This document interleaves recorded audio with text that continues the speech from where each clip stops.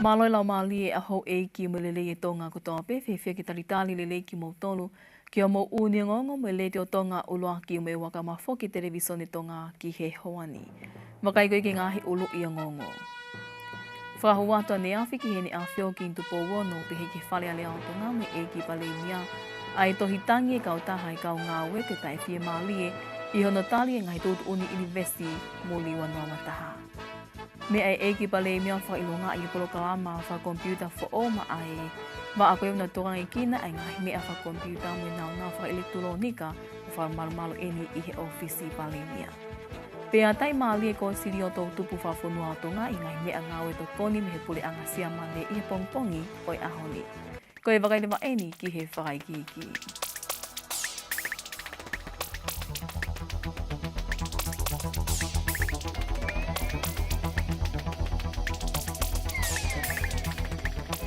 Na e whahua tani awhi tohi tangi ai kau taha e kau ngāwe ke ne awhio ki intu po wono o whafo i he skritali ne awhio i office palasi sio ne whiwhita pe he ke whale ale ao tonga whafo i he kalake pule leo leo to ke tāsio ne viklani. Pe whoki ki he egi pale mia whafo eni e skritali pule koia me skritali ke kapneti et ka koka. O gumatunga hanu whahua te tohi tangini he tae whie maali e kau taha e kau ngāwe.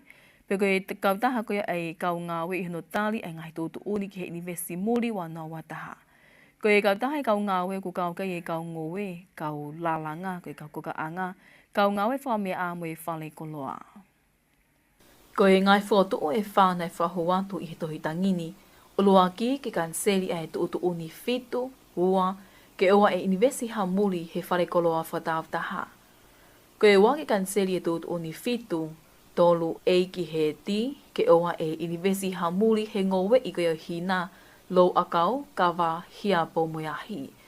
Ko e tolu ke whakahua i tūtu uni foo, pe whalele i kotoa o halao ki he tui, ke siwi whaka osi ai ngawe e pule anga mo e whale alea ke oa e whokotuu, li leo pe whalahi a tūtu uni pe lao oku i kai tau mo kakai o whanua mo e kahau o tonga.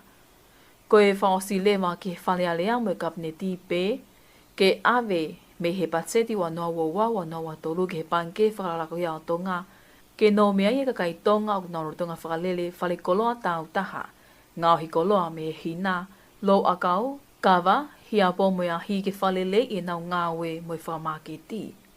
Lo tonga nini astuko atu pe whoki i he ngonga le te omo televisione tonga ki mua, ai e te whi maali e ni i he kau ngowe tō kawa ki hono tali koia tūtu uni invest muli wanoa wataha, ke hike nau tō kanga na amore e whainga maali e ka kai whakaloto whanua, ke i gehi whakaloloto mo whakaivia e kau ngowe ko tō ape i tō ngani pe heke kau ngowe tō kawa, ke nau malapa pe o whakahoko e ngā ue ka oa e whawhalala ke kau investoa me tō pule a ngā.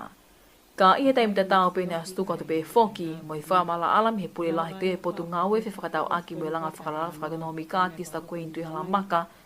Aian ane pe he koe atako ini ke hō mai e muli i he lao koe ni o ki ai pehono ngahi whangata ngata. Ka koe whakaamu ke toko nia ai tuunga whakagonomika koe ai whanua ki ha tuunga o kutoi lele yange. Koe kau ai hangai koe kawa o ku kau i he ngahi lisi o whakaata ki he muri ke hū mai ki ai. Pea maha koe ki tanaka pehe ta whaako ia, koe lisia koe ni o whakangata ngata o ku kai ke hao, koe hao koe muri koe ki ai o ku hao ia i hono wahi hono ngahi condition, pe kono ngahi makatuunga. Pea koe makatuunga koe ia, koe mea ke whatonga he ni koe kaha muri o ku hao ke whalele business i tongani, koe ne raki matapa e humai ai, o humai ai pule anga i he potu ngāwe koe ni. He koe potu ngāwe koe ni o kwhai kono le sisita, ai kau muri o ko mai ke nau le sisita whakalele business i tongani. Aia koe matapa te nau humai ai ke nau hao ko le sisita. Pea koe e ria koe te nau o mai koe ke nau o mai whakalele business ai, te nau whakahoko maka mautoro, pako mautoro lewa te mau whai koe tokoni, hono kumi ai e ria koe ia. Aia o ku humaga ai muri mo whakaamu ai por ngā wewa mo pule anga ke nau ha o tokonia ai ngahi e ria koe ni ke lawa teke haka e tunga wha ekonomika pia mo tunga ngā ue pe ai whanua ke a o ka whainga le volo i he sio atu ke tawha aki koe whakakomesiale e lawa o au ki ai production pe ko fa o koloa ai ka kai fonua. Kono tu foke taimini ko e tau marketi ko ki he kawa o ku aluhanga tonu pe ke tau kakai pe ko e alu pe he informal market ke tau kakai i muri a tau pe i Australia, New Zealand, pa pe he ki Amerika. Nā ne pehe ka whakaamu e hō mai kai ni kau invest mōli of ngai aki me kau tonga, o gei ha nau marketi whakomesiale i tō pule anga, ke iei ha whanga māli e ke huata e kawa mi tonga ni. Mua ngai ko la ke he pe ke he marketi i koia, i e mahino o gei ha marketi a tonga ni i tō pule anga ke huanga tona tu pe kiai ai kawa me ngai ko la ke he pe. Ka kono awe pe ke ngai whamiri mo e maheni i tō pule anga. Kai ke he kono whahuanto e tohi tangini na e kawatu kei e whawawhunga kakai koe o tonga tapu wā to ke tā uhila mo langi whasi. Pe he ke whawawhunga kakai o tonga tapu ni matu ke tā aisa ke walueke mo ni ihi ke he pe. Aia ne whiunga me kau whamo oni he tohi tangini mo e toko tahawhe mani manoa. Aia koe toru ngiao whitungu whuluma hiwa me he wahe kolo. Ua ngiao no hiwa me he wahe hifo. Ua ngiao wanoa me he wahe hake te au no hiwa me he wahe loto mo e toko taha tolu me i haapai. O ku maho inga ke tonga kina ma ke ai interneti ke uhi o kai ke iai haane a wahe. Aia koe konga eni e me ai e ki pale mea hua kawa mi liku i polokalama ma ke he pongpongi a honi. I ona whailonga i polokalama wha kompiuta fo o ma ai waa kuna tonga kina ai ngahi mea wha kompiuta. Mo i ngahi nau wha elektronika ai ak whamalu eni i he ofisi o e pale mea. Senolita tui vai mo e whakaigiki. Nei ka watu mohono whakaawa i ka mātai polokalama ako whatau kei whekau ake mohono malu i o interneti me kompiuta o ta tāki ia e whiwhini matao tau me he mala e kompiuta me Estonia ko App Matten. I he mea e palemia hua kawa me liku o kutu lawe angofua tongani ki ngai palo palema ahano ngawe aki o interneti ko e huiok i ai peni ihi tongani o kuna whakahoko e ngawe kai haa whakamatala pe kai haa asi ha paanga o whakafou i he interneti. Koe uni palopalema ko e ni o ku hāpea i ngai potunga e pule anga. Ngahi kau tahata e whapule anga o kawai pē mua whamatala tau taha o hataha i he interneti. Ka ku kei malawa pē hataha matau tau wha kompiuta ya o hōki ai o kai haasi i he whaunga kākā mwhakafufu o ngau aki e interneti. I he ene pehe o ku ia e tui a pule anga e malawa i ngahi palopalema ko e ni o solova i hono tui whakailo mo whakatau kei i ngahi potunga e pule anga. Moani ihi pē ko nau mala e kompiuta, ke whakailo e nau ilo ke toi loloto ange ke nau malu i a interneti ke hatu unga o toi whakao ino pōni ange. Ne whotua e wafo o nau toka ngai kina ngai mea kompiuta mo i nau whaka elektronika i he office palemia i he konga pē ki mua o e tau ni. Kai kehenei pehe App Matten ka koe matao tau ia mi Estonia, koe whaka amu ke ngā unua tongani ke hatu unga whakalakalakau i ai a mamani i he ngau aki a interneti. Nā ne te pehe ko Estonia i lolo tonga diok nau ngai aki pe ai ngawe ko toa of ka fau pe i he interneti, pe o steo i hanau kakai ke nau ila mo tau kei i hano ngawe aki o interneti, ko hiok toi hake mai whakalakalaka i he tai nimi. E whakalele ai polokalama ako whatau kei ko e ni e Matten me ngahi potu ngawe ai pule anga, mo ni ihi peok nau whiekaua ki he polokalama ako ni o kamata i he ahoni o kakato ki he aho whalai te. Mai o ngonga le te o me televisioni tonga, ko au Senolita tui vai. O kukei ko hoka tu pewhingai ake potu ngawe tautai me pankea mamani i hono whakaiwia mo hono langhake sektoa i tautai i tongani.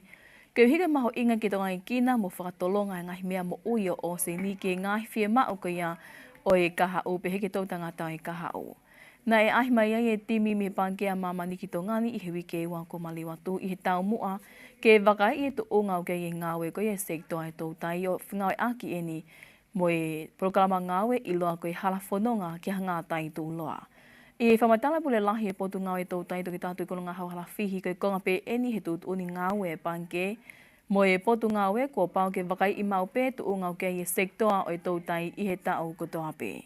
Lava mai e panke ke wakai e tu unga ko ia e whalakalaka ko ia e projekti siofi e anga e ono ngawe ko ia patseti ka ke ngā taita o mai mga hitokon whakateknikare ki he ke unity goni ona falele project ki pa pe ki he to kon fa teknikari he potna tautai ki ona fa hoko nga hi fatongia ko ni na de beho mahino be nga hi wesia ku hoko ke sektoani tau te fido ke nga hi elia mamaha tupu me ngai ha ha ke hepe ka ko fa amu mo tau mu ai programa nga weni ke te langa hake ya to nga ku to lele mo mahuange ko e programa nga weni ko nga lahia e fa i fa amu ke usia hanga tai o ku tu loa pea ke whakalaka e sektoa o e tōtai. Ko ngā uraki kono toka ngai kina, ai pule lelei po toka ngai kina ngahi mea whakalao. Ko i hui ke lawa ta ofi au pito pito ngahi tōtai ta whalao e hoko i o tau potahi, ke lawa o hoko e pule lelei, pe ko e good governance i he sektoa tōtai. Ko ngā hono ua kono whakalaka ko ia oe. Ilo whekawaki pa mo e tōtai, pa pe whekawaki pa mono whamai ko ia oe. O i ka pe ngahi mea whatautai. Wa ko e polokalama ko ni o nofua e ai mamafa o e project ko ni tato te fito ki he polokalama ko ia o e SME pe ko sone ko no whakalaka mono whakaivia mono fotu e ngahi sone fo o i project ko ni ke lawa o tokoni ai polokalama ko ni tautai e sone. Tako konga hano tolu whelawe ien pa mo sio ke ngahi fotu tu palani ko ia e potungawe pa mo fotu tu e ngahi palani ke ngahi tautai ke kawai ngahi tautai hange ko tūna kawai e tautai taumata uro toi palukula pe heke ngahi tautai ke aia ko konga ia hano tolupa ko konga hano wha ko e konga ina le tonga kina ai unity ko eni una hanga whalere project te ko project management unit kai ke ngā tai pa mo hono whakaivia ko ia e potunga aue he capacity building whahau ko ngahi ako i kaunga aue pea whaivia ki nga tol hinga hita whake ke hinga hi training ke. O kukau i polokalama ngā weni hono whakia te ngahi mea ngā ue me ngahi nau tautai, kau gei ngahi waka pe heki hono siofia ngahi whaunga ke palani i hau wafu ma e sektoa o e tautai. Ko e polokalama ngā weni ku lelea i he tau e ono ai ane kamata pe mi he tau wā whetā hiwa, pea e kakatoia ki e pe leli wa noa wani ma o whiunga mo i paanga e hongo 4 miliona. Kanei pe he toke tāhala whihi o kutoi whaloloa a ki tau e ono i hire kakato koe konga uluaki i koe ni i he wanoa wani mā. Whiunga whakatoa i a moi paanga e wanoa miliona. Rotonga ni ke hike maho inga ke tonga kina ngahi e lia pule i ma ke hepe SMA.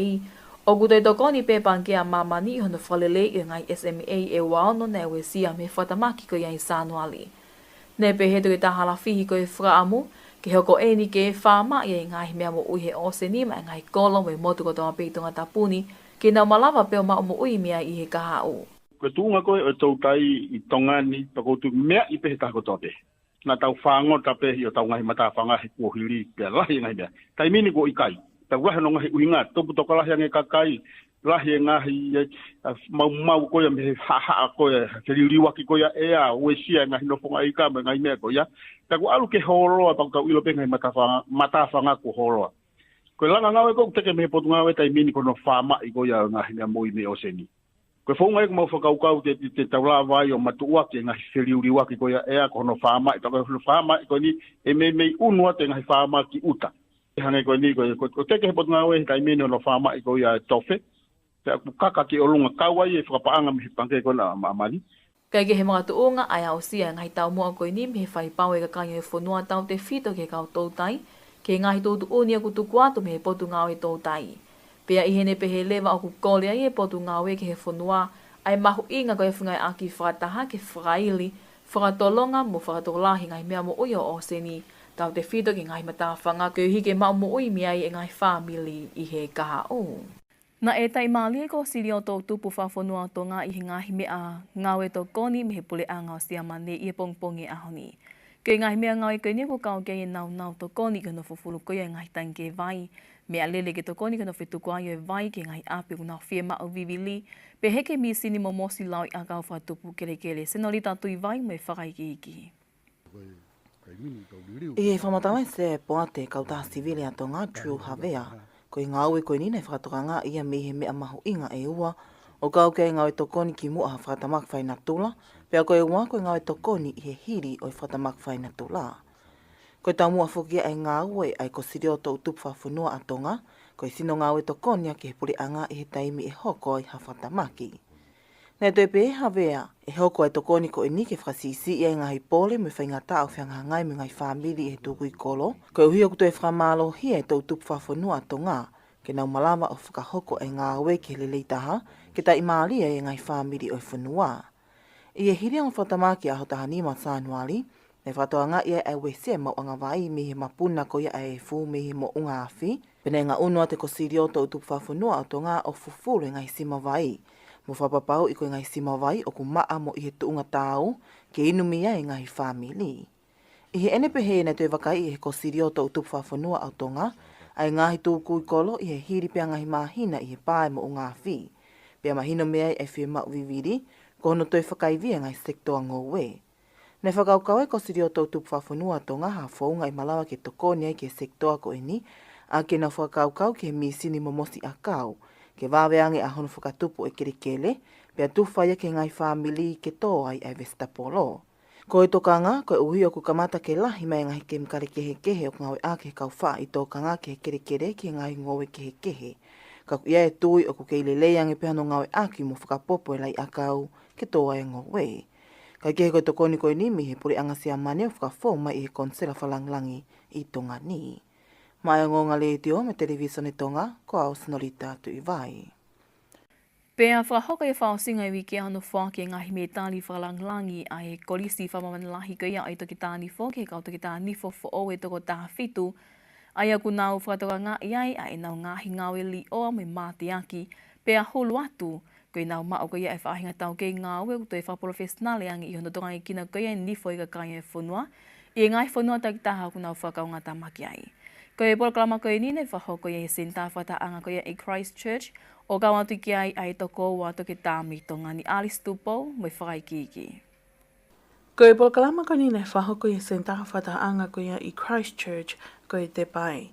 Ko e kolisi i whamamanahi ko e toki tāni whope ko e ICT ko e kautahai ak nau taki i hono whaki ko e ngai me tāli whalanglangi ke kau toki tāni whok nau ngau e māte aki mo lelei taha ai nau whahoko whatungia mo whapo fesnale i hono tokonia ko e mo lelei nifo o e kakai e whanua ok nau ngau e ai. Ko i kau toki tāni who e toko honful ma whito ko ni mi Australia no sila peki tongani, ai ko toko ua pe me tongani ko toki tā amanaki whakau kai tau mo toki tā Cecilia fusi whiwhita o kuna loto whakau whatongia i he waa koe ki hon tokanga kina o ni who ai potunga i mo o wii. Ko toki tā whakau kai tau whoki o ko lahi ai ni ngahi ilo me tau kei koe ki he ni who o wasima o me ngai university me apiako me ngai whanua ke kehepe. O kawai hano whailonga koe bachelor i he tafa ni who me Papua New Guinea, koe postgraduate diploma i he kiriniki ni who me Adelaide Australia, pea koe au pole i he tawhaki koe ki ni who i potungai mo ui. Ko laka ak eni e tau e tolunga fulu ni ngā ue koe toki tā ni who i potungai mo ui, pea ke ngā ue whakiriniki ko hono tokanga kina e kau ngā ue koe tawhaki ni who, pea ni toi hoko i pe koe taki mai pule i he tawhaki koe ni. O ko kau whoke toi tā whakau kai tau i kau me mipa pule koe kau taki e potungai mo ui o tāna me tau anō taha tolu. Pea o ko kau i kau me mipa koe nana whotu e kau tā nifu atonga pe koe TDA e tā wafe mā wā pe koe talu ni hoko koe Palestini kau taha oa mai ki tau anō taha tolu. Toi sa kei tali me tā wafe mā wā ki tau anō taha wā. Pea toi me mipa pe i he poate koe e potungai mo ui me ngahi ngāui koe ke nifo o tāna me tau anō taha tolu. Nei toi hoko whoki a toi tā amanaki whakau kai tau koe Palestinia ai kau taha koe ngai whanua e pasiki ki ono tokanga i kina mo ure reo ni whopi koe OPIA. Koe kau taha ia i he pasiki ki he kau ngā ue whapo fesnare koe ni whoi pasiki o tāna me tau anō taha no. O ko me mipa e kalapulo tali ni kualo whao tālu me he tau wafe mao no ko hoko koe Palestinia tau e wha pea o si ai whoki mano me tali whananglangi me he Paul Harris. Ko toki tā Cecilia fusiwhita rewa ko o si ai hanu whailonga koe bachelor i he tawha ni whomi o Tago no Sila. Koe ne PhD ki hono tokanga i kina i ni who me he University ni hon i Siapani pea o klotonga whakuwhatongia pe moia i potungai mo ui koe matatao i tawhaki koe ano tokanga i kina ai mo ui re ni who. Koe tau eni ua fulma hiwa ai whakuwhatongia koe toki tā whiwhita i he waa ki hono tokanga i kina i ni who ai potungai mo ui pea o hoko pea ni ngā ue rei koe ni ma aika kai o whanua. Koe e whoki o kutaki e polokalama marimari ai o whaafahoko koe ngahi ako anga pea koe polokalama ene kau Siapani ki hono tokanga i kina ai mo ui rei koe tau ni who i mo ui wha aho. O ko whai ako toki tā whiwhita e polokalama ako e me me patonga i he timi i whawhai toko e Pasifiki tonga i hono ako i koe le soni ki hono toko ni i ani who mo hono whai toko ai a o ngau whataha i heni me kau ngau e ofa me Siapani ki tonga ni. O ko kau whoke me mi pa koe i ko miti nau whahoko e whale i koe ki mo ui e whatato koni ai ni awhio taru me tau wanoa. O toi me mi pa he ko miti mau inga koe ai Olimpiki a tonga o taru me tau wanoa tahani ma. ke lahi pe me ngahi lava me a makehe a toke tā whiwhita me ngahi tau kei ngā oe mātonga nei kau i hano whātua ngā i koe kolisi whamamanahi koe toke tā ni fō. Ko e tau me tau tahiwa wa noa no whotu koe kau tahani, pea ko laka e kau me mipa toko tā mano wā whē me ngai whenua ke kehe e te aua ua, ko os whaaki e kau tahani ai nau me tāli whalanglangi i he ICD. Ma ai ngonga le teo mai televisioni tonga, ko au Alice Tupou. Ki mo pe tau mawai te toka ingi pehen ki ngā he ulu i o ngongo. Whahua atua ni awhi ke ni awhio ki ngi tupo wono pehe ki whanea lea o tō ngā mui e ki pale mia, ai tohi tangi kau taha e kau ngā we kai tai whie māli i hono tāli kai ngai tūtu uni Invest Mori wanoa wataha. Me ai e ki pale mia whailonga i polo kalama wha kompiuta fo o ma ai waau na tonga i kina ai ngahi me a wha kompiuta me nau nau wha elektronika wha malu malu i he ofisi pale mia. Pea tai māli e ko siri o tau tupu whawhanua o tonga i ngahi me a ngāwe tō koni me he pule anga sia mane i he pongpongi e ahoni. Ko e kakate pe ngā hi ngongo i he lea whatonga. Mo i leto tonga o loa ki mo i waka ma fō ke televisione tonga ki Hawani, o kia i whaamone a tāki kotoa pe ngā hi ngoni ki no to whāne kotoa pe. Whamarotu he tau kei whi awai, ka mumia.